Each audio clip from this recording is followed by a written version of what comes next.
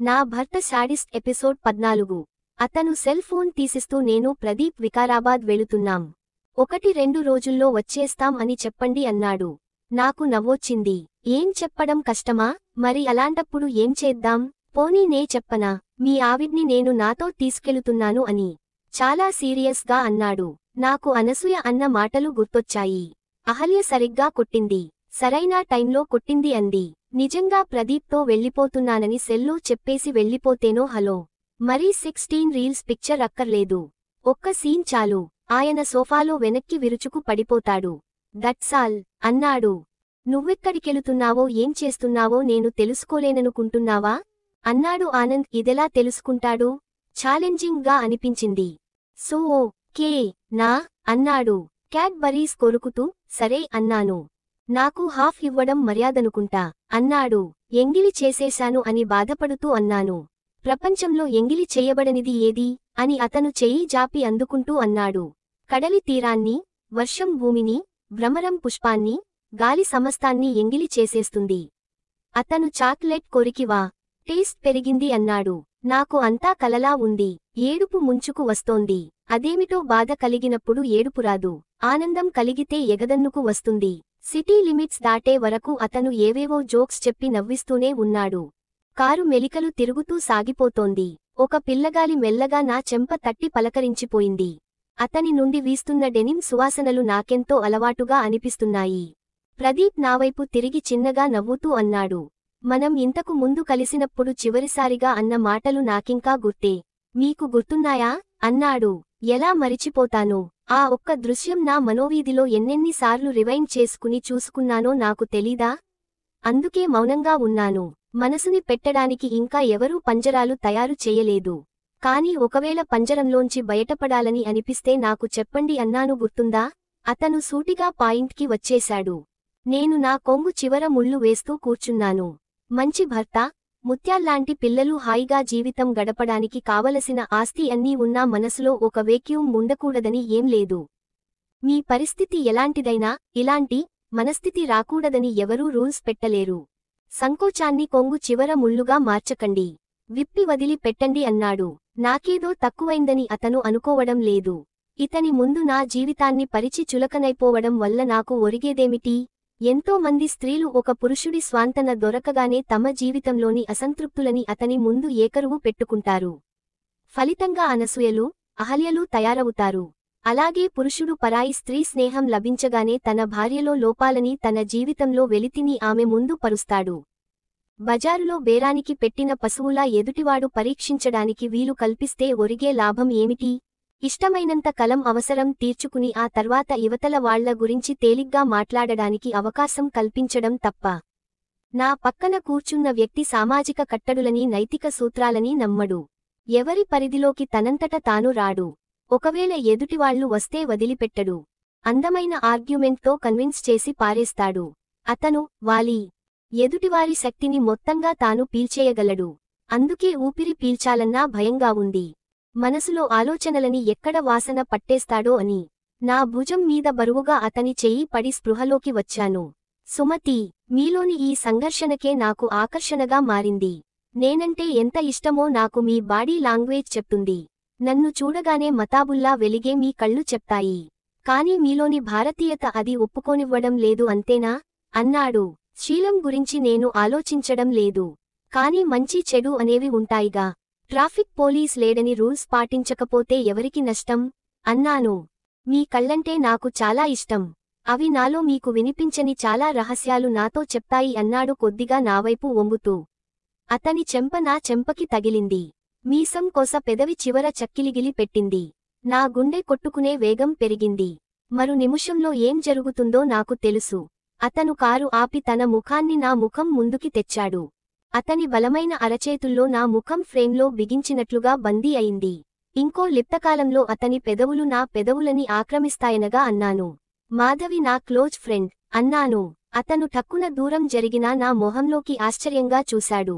మీరు మద్దిపాలెంలో జరిగిన నీలిమ పెళ్లికి వెళ్లినప్పుడు పరిచయం అయిన మాధవి అని అతనికి గుర్తు చేశాను. ఐసీ అన్నాడు. నేను మాధవి కాలేజ్ డేస్ నుండి ఒకే ప్రాణంగా అని నేను చెప్పుతుండగానే అతని పెదవులు నా పెదవులకి చేరి గట్టిగా హత్తుకున్నాయి. ఆ తర్వాత నాకు మాట పెగలలేదు.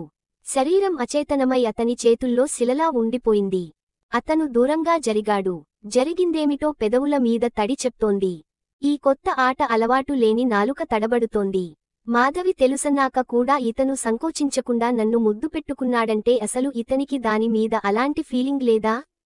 ఈ విషయానికి తెలిస్తే అదెలా తట్టుకుంటుంది?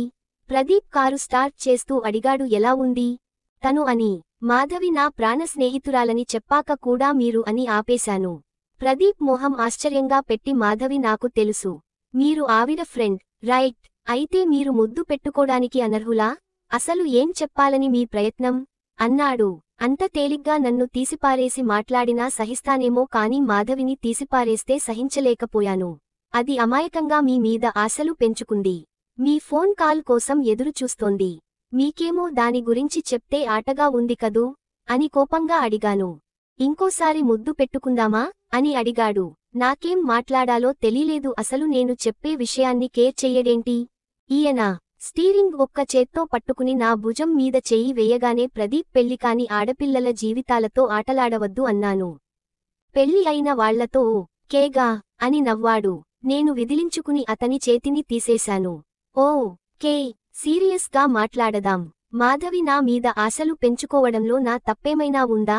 ఇలా నన్ను నిలదీయడం అన్యాయం కాదు. అలాగే మీరు మాధవి ఫ్రెండ్ అవడంలో కూడా తప్పేం లేదు. మనుషులన్నాక స్నేహితులు, బంధువులు ఉంటూనే ఉంటారు. కాని నేను మిమ్మల్ని ముద్దు పెట్టుకోవడం మీకు అభ్యంతరమైతే మాత్రం అది నేరమే. స్ట్రైట్ గా పోలీసులకి ఫోన్ చెయ్యండి, ఇదిగో సెల్ అన్నాడు. అసలు మీకు ఏ స్త్రీ గురించి ప్రత్యేకమైన ఫీలింగ్స్ ఉండవా? మాధవి చెప్పిన దానిని బట్టి చూస్తే ఆమెని ప్రేమించారనుకున్నానే. ఒకలాంటి ఉత్సుకతతో అడిగాను. నాకు పరిచయమైన ప్రతి స్త్రీ ప్రత్యేకమే. ఆమె సుఖంగా, సంతోషంగా ఉండాలనే కోరుకుంటాను. కాని ఆ సుఖం, సంతోషం నాతో ముడివేసి తన దుఃఖానికి నన్ను కారణభూతుడ్ని చేస్తే నవ్వొస్తుంది. జాలి పడతాను. నీకు నేనెంత చేశానో తెలుసా అన్నప్పుడు మాత్రం. నీకు ఇష్టం, సంతోషం కలగనప్పుడు నువ్వెందుకు చేస్తావు? ఇష్టంగా చేసినప్పుడు నువ్వు సంతోషం పొందావు కాబట్టి ఇంక త్యాగం చేసిన ఫీలింగ్ ఎందుకు అని అడగాలనిపిస్తుంది. ఇంక రెండో పాయింట్, మాధవిని నేను ప్రేమించాను. మిమ్మల్ని ప్రేమించాను. ఇంకా చాలామందిని. ఎవరిలోనూ ఏదో ఒక ప్రత్యేకత లేకుండా ఉండదు కదా. అందుకే నేను వారిని ప్రేమిస్తాను. వెన్నెలలో చల్లదనాన్ని, మంచి గంధంలోని సువాసనని, కొబ్బరి నీటిలోని తీయదనాన్ని, వేణునాదంలోని మాధుర్యాన్ని సమానంగా ప్రేమిస్తాంకదా. ఆ ప్రేమలో హెచ్చుతగ్గులుంటాయా? అప్పుడే పూసిన పువ్వుని, మనసులోంచి వచ్చిన నవ్వుని, అందమైన రూపాన్ని, రుచికరమైన పదార్థాన్ని ఇష్టపడనివాళ్లు ఉండరేమో. పాయింట్. ఏవిటి అలా స్పెసిమన్ని చూసినట్లు చూస్తున్నారు? నా లాజిక్ మీకు అందదులేండి. వదిలేద్దాం. మీకు బీర్ గట్రా తీసుకునే అలవాటుందా? లేక కొబ్బరి నీళ్లు, కాఫీలతో సరిపెట్టేస్తారా అని అన్నాడు. ఇతని గురించి చెప్పుతున్నప్పుడు వెలిగిపోయిన మాధవి ముఖం నా కళ్లల్లో మెదుల్తోంది. ఎంత దురదృష్టం కాకపోతే ఇలాంటి పురుషుడు తారసపడతాడు? అసలు మగాడంటేనే చిరాకు పడుతూ ఆమడ దూరం జరిగిపోయే దానికి ఇతని మీద ప్రేమ కలిగింది. అదేదో ఇంకెవడి మీద కలిగినా దాని జీవితం ఆనందమయ్యేది. ఇప్పుడు ఇతని మనస్తత్వం, తత్వం, వ్యక్తిత్వం గురించి దానికి అర్థమయ్యేలా చెప్పడం ఎలా? అతను ఎంత అందంగా కన్విన్స్ చేస్తాడంటే అసలు అతని తప్పేం లేదనిపిస్తుంది. మనం ప్రయాణం చేస్తున్నంతసేపు ఆలోచిస్తూనే ఉంటారా? మీలో మీరు తర్క వితర్కాలు, మీమాంసలు పడుతూనే ఉంటారా అని నవ్వుతూ అడిగాడు. మీరు నాకెందుకు పరిచయం అయ్యారు అని బాధగా అడిగాను. మీరనుకునేదే ప్రపంచం కాదని తెలియజేయడానికి అని అదే చిరునవ్వుతో అన్నాడు. కనీసం మీరు మా మాధవికి పరిచయం అవకపోయినా బావుండేది అని ఎంతో గిల్టీ ఫీలింగ్తో అన్నాను. అతను నవ్వి మన మాధవి అనొచ్చు కదా అన్నాడు. నాకు ఎందుకో కన్నీళ్లు వచ్చాయి. ఆనంద్ ఎంత కోరుకున్నా రాని కన్నీళ్లు. అతను నన్ను దగ్గరగా తీసుకున్నాడు. నేను వెళ్ళిపోతాను అన్నాను. ఎందుకు అన్నాడు. భయం అన్నాను. రేప్ చేస్తానేమోననా? కాదు, మిమ్మల్ని ప్రేమిస్తానేమోనని. అయితే పంపించేస్తాను. మోహమంత స్వార్థమైంది. ఇంకోటి లేదు. అతని సాహచర్యంలో ప్రపంచాన్ని మరచిపోవాలనిపిస్తుంది. ఇంకా ఆ ప్రపంచంలో ఒక్కతైన మాధవి ఎంత? భయం, సంకోచం, ఆపుకోలేని కోరిక, బిడియం, పాప్వీతి ఇవన్నీ నాలో కలుగుతున్నాయి. ఆనంద్ గుర్తుకొస్తే హృదయం భగ్గుమని వెంటనే వెళ్లి ప్రదీప్ ఒడిలో వాలిపోవాలనిపిస్తోంది. విషయానికి అతనికి తెలిస్తే ఎలా రియాక్ట్ అవుతాడో చూడాలనిపిస్తోంది. నేను అతని చేతిలో చచ్చినా సరే, తను పెంచుకున్న కుక్కపిల్ల తను తన్నినా సరే ఇంకోళ్ల వెనకాల పరిగెడితే ఊరుకునే స్వభావం కాదతనిది. తాళి కట్టిన భార్య విషయంలో ఊరుకుంటాడా? తన బానిస, అతని దృష్టిలో ఖరీదైన బానిస. తను తన్నిన ఆ బాధలన్నీ పడుతూ పడి ఉండాల్సిందే గాని ఇంకోడి దగ్గరికి వెళ్ళకూడదు. ఇంకొకరి మీద ఆ భార్యకు మనసు పుట్టకూడదు. తనకు అక్కర్లేకపోయినాసరే ఆ దేహం, ఆత్మ అన్నీ రైట్స్ కొనుక్కున్నట్లు ఫీలవుతాడు. అతను తాగిన మైకంలో ప్రియంవదతో తాను వెలగబెట్టొచ్చిన శృంగారం పచ్చిబూతులతో వర్ణించి చెప్పుతుంటే నా మనసు ఎంతగా మండిపోయిందో అతని మనసు అలాగే మండాలి. వీలైతే ఎదురుగా ప్రదీప్ శృంగారం చెయ్యాలి. అది చూసి అతను కోపంతో పిచ్చివాడైపోవాలి. చంపేస్తాడో లేక నా కాళ్ళు పట్టుకుని లోకానికి మాత్రం తెలియకుండా రహస్యంగా సాగించమని బేరాలాడతాడో చూడాలి. ఆనంద్ పరంగా ఇలా సాగుతున్న ఆలోచనలు మాధవి గుర్తుకు రాగానే షాక్ కొట్టినట్లు ఆగిపోతున్నాయి. ప్రపంచంలో ఎవరూ శాసనాలకి లొంగలేదు, శిక్షలకి వెరవలేదు, అధికారానికి జంకలేదు. కాని ఒకే ఒక దానికి తలవంచి ఆగుతున్నారు. అదే నీతి. అందుకే లోకం ఈ మాత్రంగానైనా ఉంది అని నేను మనసా వాచా కర్మణా నమ్ముతున్నాను.